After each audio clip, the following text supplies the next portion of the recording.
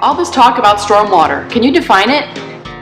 You know, rain itself isn't a pollutant. Rain is essential to ecosystems, but when rain falls into our built environment, the way we've manipulated the natural environment, then it picks up pollutants.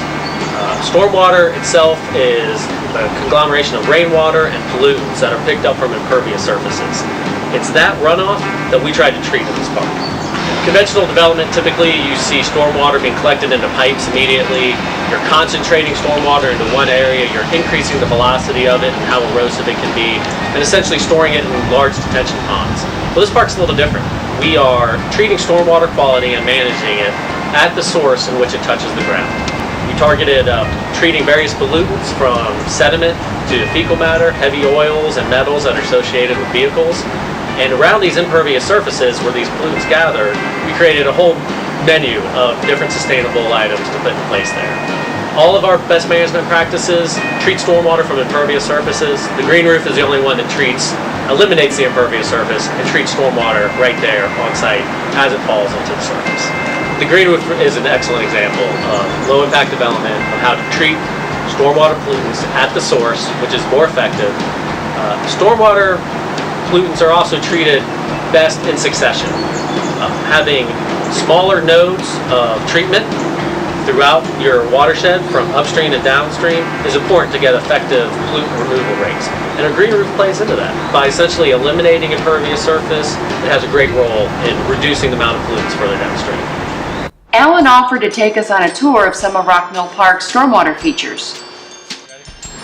Well, Linda, this is one of the bioretention ponds that's on the site. This bioretention pond collects stormwater from the roof areas, from impervious areas such as the parking lots here and the maintenance facility over there.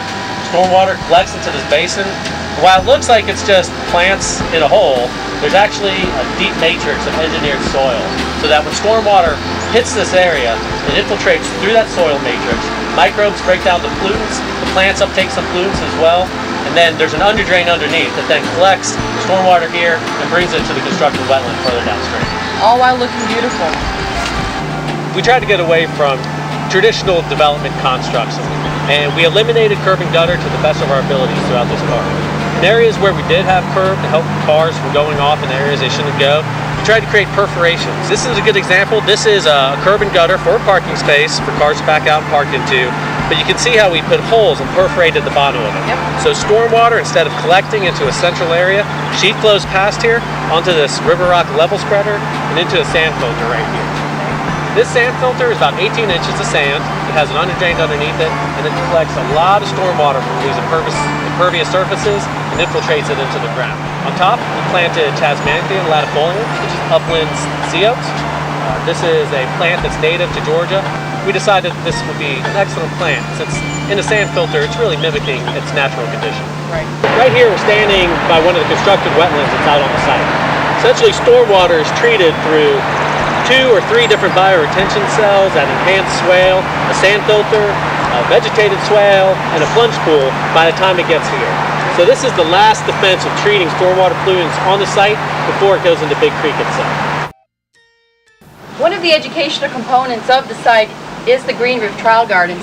Here we're trialing non-native plants, and we're going to compare that to a modular trial model where we're trialing 4 different types of modular systems. Here we have green roof blocks at about 4 inches of growing media. We've got green grid, also at 4 inches.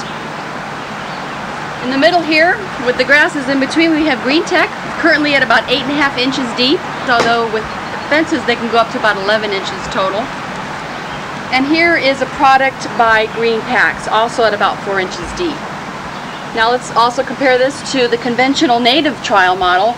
We've got 3 different sections where we're researching native plants, native to the U.S. and more so to the southeastern U.S. here in Georgia. The grasses are doing well, the stoichia.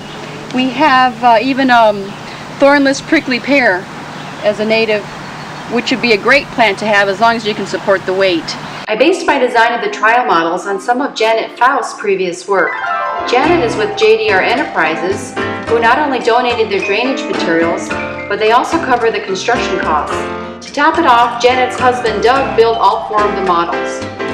Our offices are right here around the corner in Alpharetta, so it was fun for us to have a project that was so close to our office, and we can use that also to show our customers what a green roof looks like. And the models themselves are a pattern that we developed. My husband built a couple others on previous projects, one in Ackworth, Georgia, up at North Metro Tech, and another at Gwinnett Tech, and they both are used as a resource for the horticulture students and teaches them what the basics of green roofs are and what plants work on that. So here we're trialing non-native plants, those traditionally found in alpine-type environments. Janet, can you tell us the kind of materials that are found underneath this model?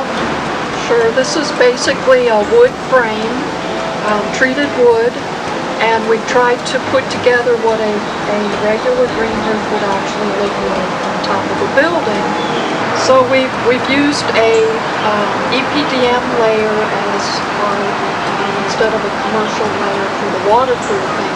That can be found in a local hardware store. And then on top of the waterproofing layer, or EPDM, which was laid out over the entire bottom and then up the sides to hold the water in. Then we put the drain layer on top of that. And we did cut out holes where there are holes underneath the models for testing stormwater. And then from there we went ahead and put the American Hydrotech growing medium, and then we planted some of these plants. You see different types of sedums. We've got more Delosperma. We've got a couple irises. Some plants that are faring not so well in the Georgia heat, but that's why this is a trial garden. We've got some chives here, some dianthus, and some beautiful flowering sedums over here. We're here at the green roof demonstration model, where we're replicating materials found on top of the green roof but at ground level. I'd like to thank American Hydrotech, who's one of the leaders in single-source green roofing companies, for their very generous donation of the entire garden roof assembly that we have on top of our Alpharetta Green Roof Pavilion. The Green Roof Pavilion itself is 24 by 24 feet on an 8% slope. On this side you see some of the representative plants that are actually found on top of the roof, and compare that to the control panel where we have an asphalt tile roof, and we can compare a non-green roof to a green roof. And on this side we have a mock-up of the American Hydrotech material section itself. Here we have 6.5 inches of the Hydrotech Light Top engineered soil mix. That's the growing media on top of the green roof that we use, which is highly inorganic in nature. And then of course we top off every green roof with the very sexy plant material, which really gives us the wow factor on any type of living roof. Bobby Saul's Nursery donated all the plants for the Green Roof Pavilion and Trial Gardens, and I asked him what types of plants would he recommend to cover green roofs here in the Southeast. Cover is real important, so we're recommending using these evergreen sedums and ice plants and stuff, and then what, supplementing with herbaceous perennials for color? And some seasonality? Somewhat, yes, and particularly in high viewed areas.